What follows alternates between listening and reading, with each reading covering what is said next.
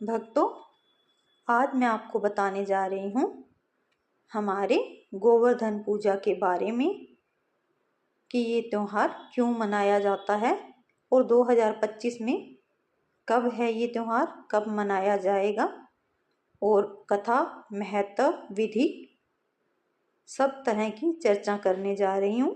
तो आप ध्यान से सुनिए और वीडियो को पूरी लास्ट तक सुनिए। गोवर्धन पूजा कब है 2025 में? इस वर्ष गोवर्धन पूजा बुधवार 22 अक्टूबर 2025 को मनाई जाएगी। दृष्टि अनुसार यह तिथि है शुक्ल पक्ष प्रतिपदा तिथि कार्तिक मास में। शुभ मुहूर्त सुबह प्रातःकाल लगभग 6:26 से 8:42 AM और शाम को लगभग 3:29 से 5:45 तक। कुछ स्रोतों में 21 अक्टूबर 2025 को तिथि आरंभ का समय बताया गया है। 21 अक्टूबर शाम 5:54 से 22 अक्टूबर शाम तक तिथि समाप्त होती है। अतः यदि आप इस दिन पूजा विधि करना चाहें तो सुबह के मुहूर्त में विशेष फल मिलेगा। इस तरह यह त्यौहार वर्ष 2025 में 22 अक्टूबर को मनाया जाएगा। अपने कैलेंडर में इसे याद कर लीजिए और तैयारी शुरू कर दीजिए। भक्तों, मैं आपको आज गोवर्धन पूजा के वंश विस्तरित इतिहास और कथा के बारे में बताने जा रही हूँ, ताकि यह सिर्फ एक औपचारिक उत्सव न रह जाए, बल्कि हमारी आस्था, हमारी कल्याण भावना और प्रकृति प्रेम की गहरी अनुभूति बन जाए। तो बिठाइए, मन शांत कीजिए और चलिए कथा की ओर।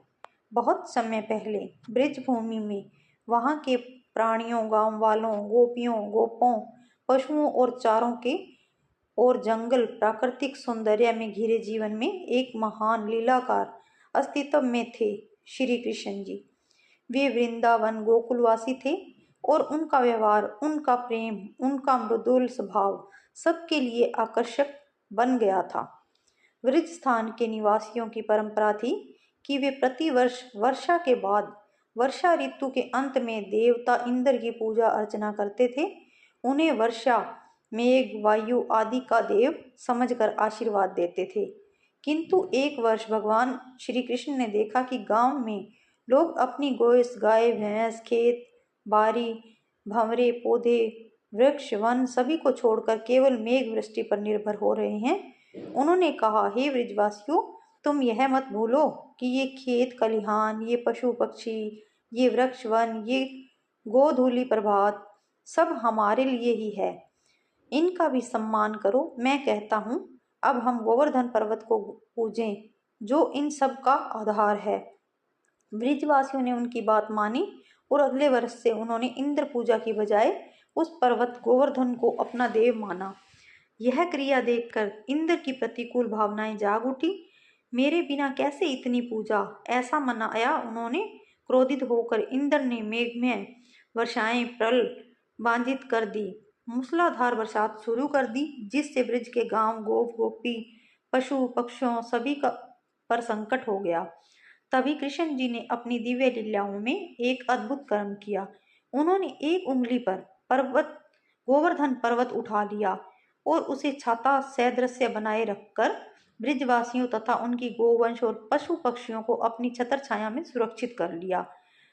तब वर्षा धारा हाथ से हटती रही और कृष्ण जी ने 6 दिन रात उसी पर्वत को थामे रखा। जब इंद्र ने देखा कि उनकी वर्षा शक्ति विफल पड़ रही है, तब उन्होंने शांति की प्रस्तावना दी और स्वीकार किया कि वास्तव में उस देव स्वरूप ब्रज के लिए उद्धार करता है। उस दिन से ब्रज भूमि और बाद में संपूर्ण हिंदू धर्म में यह कथा वृंदावन गोकुल की एक चेतावनी के रूप में, एक आदर्श के रूप में विकसित हुई।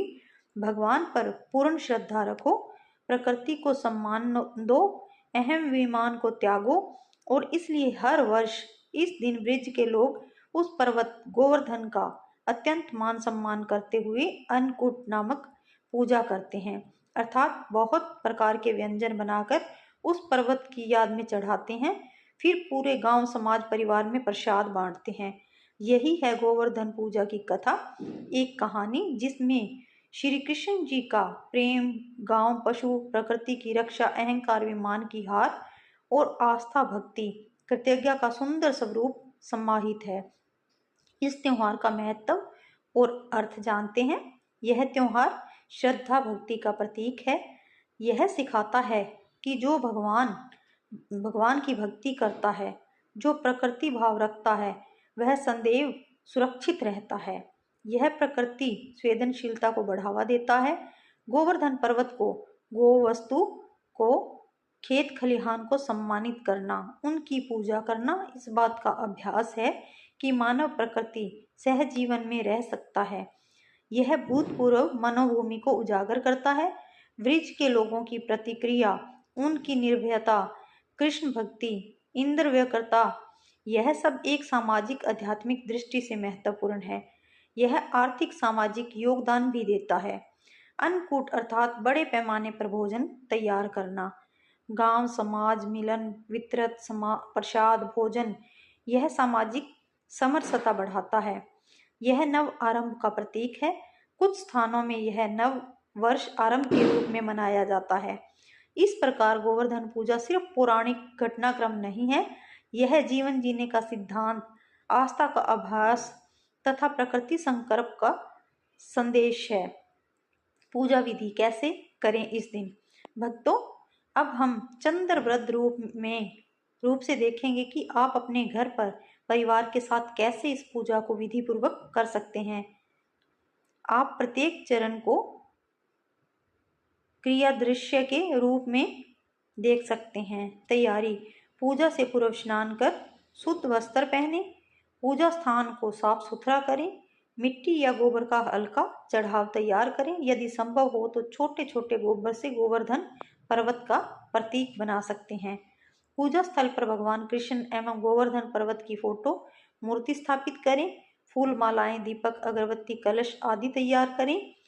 पूजा प्रारंभ: सुबह शुभ मुहूर्त 6:26 से लेकर 8:42 तक।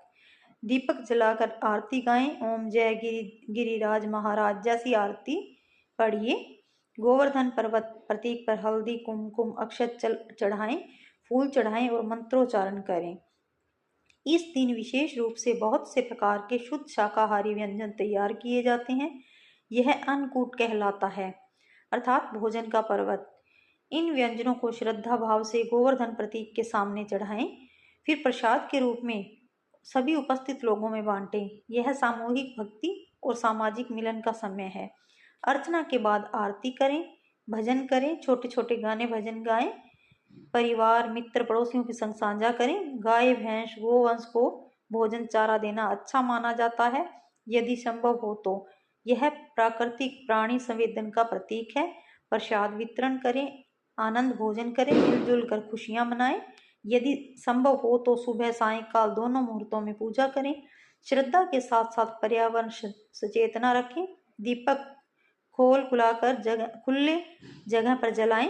फूल पत्तियां बाद में सही तरीके से निरस्तित करें। बच्चों को इस कथा क्रम में शामिल करें। उन्हें गोवर्धन पर्वत की लीलाओं की कहानियां सुनाएं और प्रकृति प्रेम का संदेश दें। सामाजिक रूप से मिलन बंधन बढ़ाएं। पड़ोसियों, मित्रों को आमंत्रित करें। अन्नकूट में सहभागिता करें।